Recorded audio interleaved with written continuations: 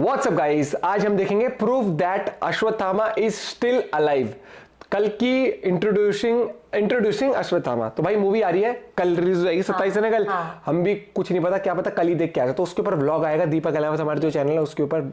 और भैया करते हैं साथ में एंजॉय वीडियो। क्या कुछ पता लगता है, एंजॉय तो क्या काफी कुछ पता लग सकता है वीडियो से। राज चैनल से ओरिजिनल वीडियो का लिंक है डिस्क्रिप्शन में। 1 2 3 गो। दुनिया समझेगी कि मेरा वध भीम ने किया है, लेकिन मेरी मृत्यु का कारण तुम हो। कुरुक्षेत्र की रणभूमि पर जीवन और मृत्यु के बीच जूझते हुए दुर्योधन के मुख से निकले ये आखिरी शब्द थे। लेकिन इनके पीछे कारण वो योद्धा था जिसने इतनी क्रूर हरकत की थी जिससे दुर्योधन जैसा पापी भी कांप उठा था। मैंने पांडवों का अंत कर दिया।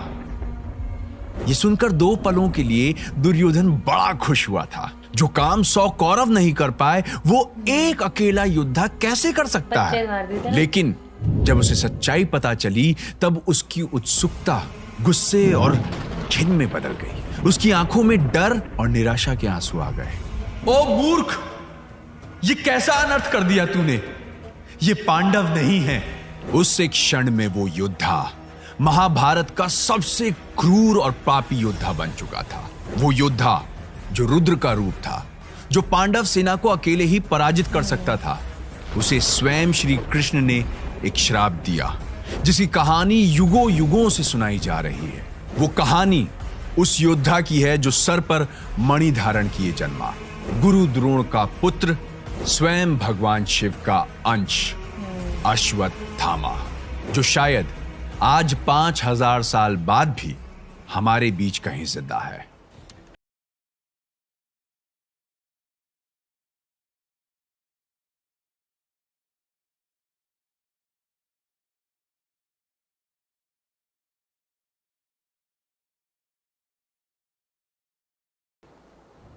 1192 मोहम्मद घोरी से पहली जंग के बाद जब महान योद्धा पृथ्वीराज चौहान जंगल में थे तो उन्हें एक अजीब आदमी दिखा। 12 फुट लंबा हट्टा कट्टा आदमी जिससे एक अजीब सी बू आ रही थी। उसका पूरा शरीर रोगी नजर आ रहा था और उसके सर पर एक गहरा निशान था, जैसे किसी ने उसके सर में हाथ डालकर उसका दिमाग ही निकाल लिया हो। 12वीं शताब्दी में लिखी किताब पृथ्वीराज रासो के अनुसार पृथ्वीराज चौहान एक बहुत ज्ञानी चिकित्सक थे। उन्होंने उस आदमी से कहा कि वो उनका घाव ठीक कर सकते हैं, लेकिन 1 हफ्ता इलाज करने के बाद भी वो घाव बिल्कुल भी नहीं भर रहा था। उत्सुक होकर महाराज पृथ्वीराज ने उनसे पूछा, आप अश्वत्थामा तो नहीं? उस आदमी ने बहुत हल्की आवाज में हामी भरी और वहां से चला गया। लेकिन पृथ्वीराज कैसे जानते थे कि वो आदमी अश्वत्थामा है? इसका जवाब छुपा है उनके सर के उस घाव में और महाभारत में छुपी उनकी कहानी में। शुरू से शुरू करते हैं। शिव अवतार। मुझे एक ऐसा पुत्र प्रदान कीजिए भगवान जिसमें आप सा तेज हो, जो आपकी तरह शक्तिशाली हो, जो आप ही का अंश हो। कई सालों तक महादेव की तपस्या करने के बाद जब महागुरु द्रोणाचार्य को उनके दर्शन प्राप्त हुए तब उन्होंने भगवान शिव से यह वरदान मांगा। जल्द ही गुरु द्रोणाचार्य और उनकी पत्नी को एक पुत्र की प्राप्ति हुई। लेकिन ये एक ऐसा अद्भुत प्रसंग था जिससे धरती, आसमान, समस्त संसार सबने महसूस किया। वो बच्चा जन्म के बाद रोया नहीं, लेकिन उसने एक घोड़े के समान हिनहिनाने की ऐसी जोरदार आवाज निकाली कि सारी धरती, सारा आसमान उसकी आवाज से गरज उठा। इसी गरजने से उसका नाम पड़ा अश्व की तरह गरजने वाला अश्वत्थामा। शिव पुराण के अनुसार अश्वत्थामा स्वयं भगवान शिव के रूप हैं। इसलिए उनके सर पर वो मणि है जिसे भगवान शिव की तीसरी आंख की तरह देखा जाता है। उस मणि के कारण ही अश्वत्थामा को वरदान मिला था कि कोई भी अस्त्र शस्त्र, कोई बीमारी, भूख, प्यास, कुछ भी ऐसा नहीं है जो अश्वत्थामा को मार पाए। उन्हें अमरता का वरदान प्राप्त था। गुरु द्रोण समझ चुके थे कि उनका पुत्र एक शक्तिशाली योद्धा बनेगा। शायद इसीलिए उन्होंने उसे वो ज्ञान दिया जिसने उसे महाभारत का सबसे क्रूर योद्धा बना दिया। सबसे क्रूर, अनडिफिटेड वॉरियर। कई लोग मानते हैं कि गुरु द्रोणाचार्य ने सिर्फ अर्जुन को ब्रह्मास्त्र का ज्ञान दिया था, लेकिन यह सच नहीं है। अपने पुत्र मुंह में आकर उन्होंने अश्वत्थामा को भी ब्रह्मास्त्र का ज्ञान दिया। ब्रह्मास्त्र खाली नहीं जाता था अश्वत्थामा कभी की भी, अगर एक शिक्षा बार सभी कुरु पुत्रों के साथ ही हुई थी। वो भी अर्जुन जैसा ही कुशल धनुर्धारी था, लेकिन कहते हैं उसका अपनी भावनाओं पर नियंत्रण नहीं था।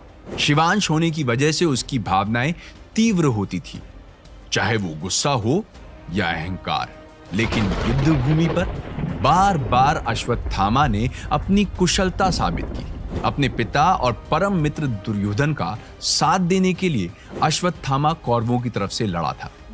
महाभारत के विराट पर्व के अनुसार युद्ध से पहले विराट नगर में एक भयंकर युद्ध हुआ था, जिसमें पांडवों की जीत हुई थी।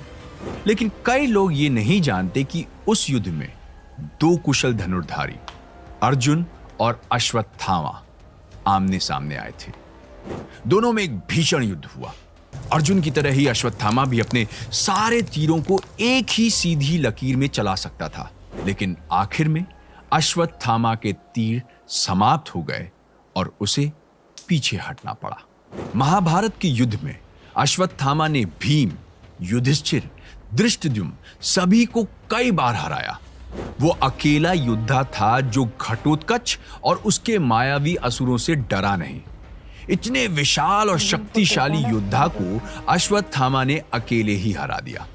यहां तक कि उसने अपने बाणों की ऐसी वर्षा की जिससे करीब 1,00,000 पांडव सिपाही मारे गए। 1,00,000? अपने पुत्र अभिमन्यु की मौत का बदला लेने के लिए जब अर्जुन ने जयद्रथ को मारने का प्रण लिया था, तब अश्वत्थामा ने अर्जुन को रोक के रखा और जयद्रथ को बचाया। यहां तक कि जब अर्जुन और कर्ण का युद्ध हुआ था और अर्जुन उसे पराजित करने वाले थे, तब अश्वत्थामा ने ही उसे बचाया था। युद्ध के 14वें दिन अश्वत्थामा ने एक ऐसा अस्त्र चलाया जिससे वो युद्ध उसी समय खत्म हो जाता। नारायण अस्त्र, जो सभी शस्त्रधारी योद्धाओं का एक साथ वध कर सकता था। लेकिन श्री कृष्ण ने सारी सेना को अपना शस्त्र त्याग कर जमीन पर लेट जाने को कहा और अश्वत्थामा का वार नाकाम रहा।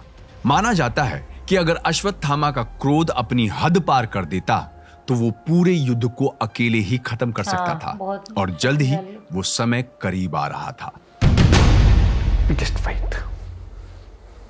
अगर वो कृष्ण छल कर सकता है तो मैं क्यों धर्म का पालन करूं? महाभारत युद्ध के 14वें दिन कौरवों ने अपनी सबसे बड़ी ताकत खो दी। पितामह भीष्म के बाद गुरु द्रोणाचार्य ही थे जिन्होंने कौरव सेना का नेतृत्व लिया था। गुरु द्रोण के ज्ञान और शक्ति के आगे कोई भी नहीं टिक पा रहा था।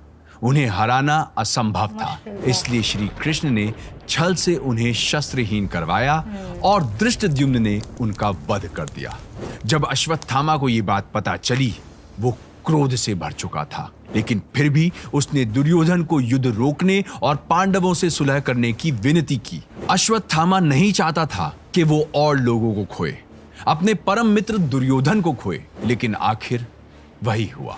युद्ध के 18वें दिन अश्वत्थामा ने देखा कि महाभारत की युद्ध भूमि पर उसका मित्र दुर्योधन मौत से जूझ रहा था। युद्ध के नियमों को तोड़कर उसकी जांघा पर वार करके उसे हराया गया था। उसने दुर्योधन को वचन दिया कि वो पांडवों का अंत कर देगा।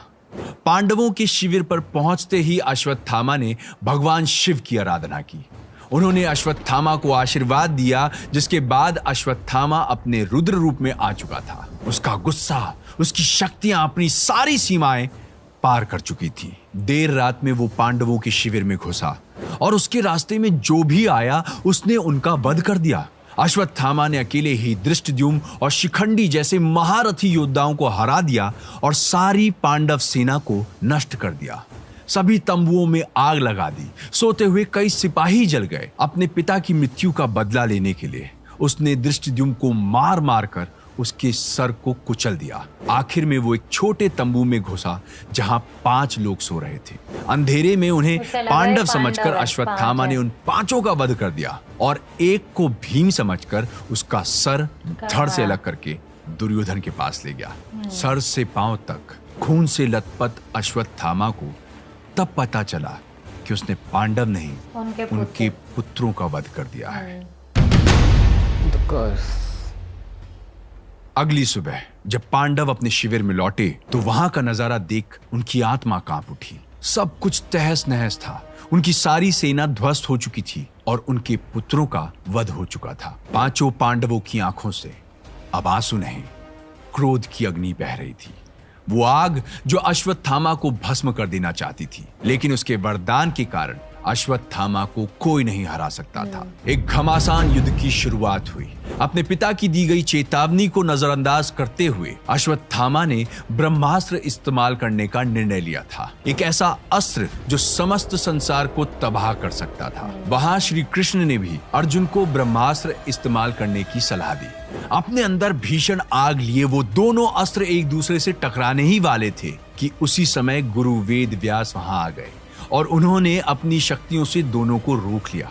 उन्होंने दोनों योद्धाओं को समझाया और उनसे कहा कि वो अपने अपने अस्त्र को वापस बुला लें। अर्जुन ने अपना अस्त्र वापस बुला लिया, लेकिन अश्वत्थामा को ऐसा करने का ज्ञान नहीं था। वेद व्यास जी ने सुझाव दिया कि वो उसे किसी बड़े पहाड़ पर छोड़ दे, लेकिन बदले की आग अब तक अश्वत्थामा को जला रही थी। उसने पांडवों के आखिरी अंश को भी खत्म करने के लिए अपने तीर को उत्तरा की ओर मोड़ दिया, जो गर्भवती थी। ये देख श्री कृष्ण बीच में आ गए और उन्होंने अपने सुदर्शन चक्र को उत्तरा के सामने ला दिया, जिसने ब्रह्मास्त्र के सारे वार को खुद में समा लिया। ऐसी क्रूरता ने श्री कृष्ण के अंदर ऐसा क्रोध जगाया जो आज तक किसी ने नहीं देखा था। उन्होंने अश्वत्थामा को श्राप दिया, ऐसी निर्दयी हरकत करने के लिए तुम आजीवन भुगतोगे।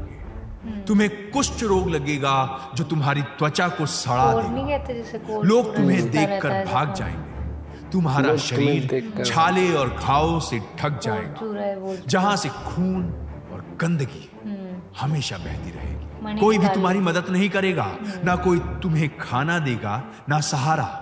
तुम एक भिक्षुक की तरह जगह जगह घूमोगे बिना किसी आराम के। मौत भी तुम्हें बचा नहीं सकती, क्योंकि तुम हमेशा जीवित रहोगे।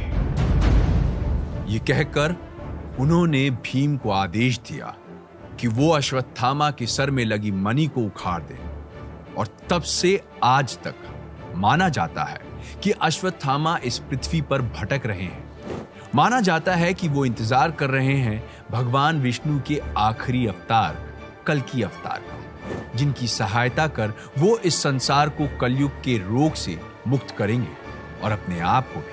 कई सदियों से कई अलग अलग समय पर अलग अलग लोगों ने अश्वत्थामा को देखने का दावा किया है, लेकिन इन कहानियों में कितनी सच्चाई है ये आज भी एक गहरा राज है। आपके इस बारे में क्या थॉट्स हैं, हमें कमेंट्स में जरूर बताइए। अगर वीडियो पसंद आया तो इसे लाइक और शेयर कीजिए और ऐसे ही अनसुनी, अनदेखी, अनकही कहानियों के लिए राज को सब्सक्राइब कीजिए। इस वीडियो का एक सबसे बड़ा प्लस पॉइंट ये है कि जैसे जिसको महाभारत रिकॉल नहीं होती है, मतलब जिनको बहुत सारी चीजें, लेकिन जैसे इतनी डिटेल में बहुत सारे लोगों को नहीं पता होगी, तो उनके लिए भी एक बहुत बढ़िया वीडियो है। और अगर आप कल की मूवी देखने जा रहे हो तो मुझे लगता है अश्वत्थामा का जो उसमें जो एक रोल है, एक मेजर वो दिखाया, उसके बारे में तो आपको पता होना चाहिए कि क्या इतिहास रहा है, क्या कुछ पूरा है। और वीडियो काफी इंटरेस्टिंग तरीके से पूरी नरेट करी। सबसे पहले hats off to the channel and to the narrator. और उसके बाद अगर मैं बात करूं, इसमें पता है वो जब उन्हें गुरु द्रोणाचार्य को, क्योंकि बोला था ना कि वो बहुत शक्तिशाली थे, किशन जी ने छल से वो करा था ऐसे करके जो बताया, वो पता है क्या था, अश्वत्थामा नाम का ये हाथी भी था। अच्छा, ठीक है, इनके पास। और ये जो युधिष्ठिर है, जो सबसे पांडवों के सबसे बड़े भाई थे, उनका ये था कि उनके मुंह से सिर्फ सत्य निकलता था, सच निकलता था। पांडव सबसे बड़े युधिष्ठिर थे ना, सबसे बड़े जो भाई थे, उनके मुंह से सिर्फ सच निकलता था। ठीक है, तो ये था कि अगर ये कुछ बोलेंगे तो उनसे एकदम बहुत तेज आवाज में ये बुलवाया गया कि अश्वत्थामा मारा गया, मरा हाथी था जबकि।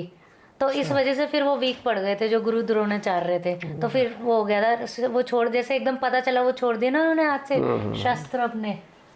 ये थी स्टोरी। भाई कल की मूवी के लिए भी और हाइप क्रिएट हो रही है और एक्साइटमेंट क्रिएट हो रहा है कि किस तरीके से लार्जर देन लाइफ जो रोल अमिताभ बच्चन सर को दिया गया है अश्वत्थामा का, किस तरीके से पोर्ट्रे होने वाला है मूवी, क्योंकि पावर्स दिखाई गई हैं, एक्शन सीन्स दिखाए गए हैं, और मूवी को किस तरीके से उस पे कली इन चीज के ऊपर बेस करके उससे एक्साइटमेंट है मूवी को लेके। और हम भी जल्दी देख के आएंगे जिस दिन कल रिलीज हो जाएगी। और 2 या 3 दिन के अंदर ही देखेंगे, होपफुली, क्या पता कल ही देख लें हम। फिर अपना पॉइंट ऑफ व्यू भी शेयर करेंगे, अपना रिएक्शन, हमारा रिव्यू भी आएगा और ब्लॉग भी आएगा, तो ज़रूर देखिएगा उसको भी। बाकी और वीडियोस देखने के लिए सब्सक्राइब करना मत भूलना। मिलते हैं वीडियो के साथ, बाय बाय, टेक केयर।